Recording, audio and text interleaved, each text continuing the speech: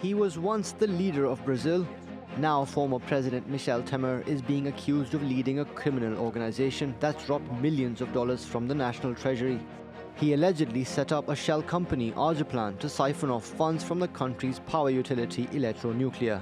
The investigation shows that a criminal ring was set up inside Eletronuclear with the participation of public servants, the president of the plant, and other companies that were diverting public resources.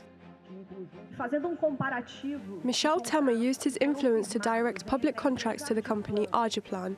It is clear that this is a branch of a criminal group which has been operating for 40 years.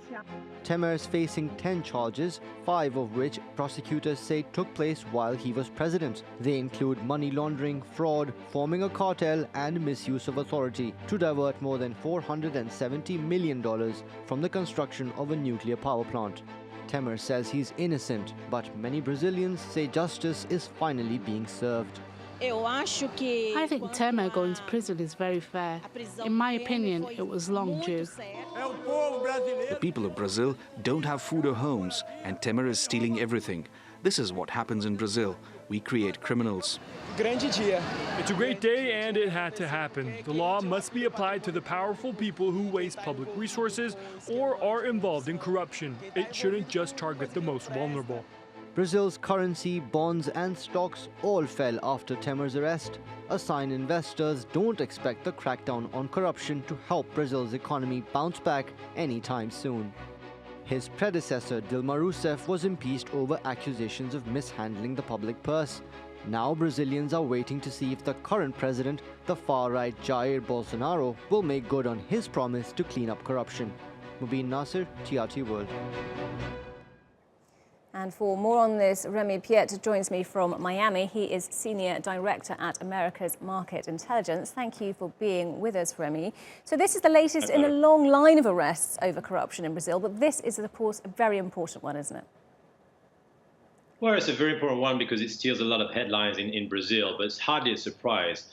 When you actually look at President Temer, he was actually under scrutiny and criticism for his involvement in the Odebrecht scandal. Then he was also involved in a bribing scheme during the GBS meat packaging scandal. So there was a series of allegations against him. And as soon as he stepped down from office, it was likely that he would actually be charged on one of those corruption cases. This time it's actually on the power plant Angra 3, which is one of the largest nuclear power plants in Brazil, on which is alleged to have actually organized really a criminal organization to launder money out of this investment. But it's hardly a surprise, both because of Temer's personality and involvement in different cases, and also because in Brazil, actually, the judiciary system is fairly independent and is able to go after politicians. So you don't have so much interference from the political sector on the judge's activity. The current Minister of Justice is Sergio Moro, which is the one judge that pushed forward this whole Lava Jato, anti-corruption against Lava Jato scandal during the last administration, and therefore you're really seeing a cracking down on corruption that might actually even threaten Bolsonaro, the current president himself, on other cases today. But well, you've alluded to this. It sounds like this arrest was a long time coming. So will it now actually happening make any difference in Brazil? Well, it definitely shows that there is a desire in Brazil and the power in the hands of the judges to crack down on corrupt leaders.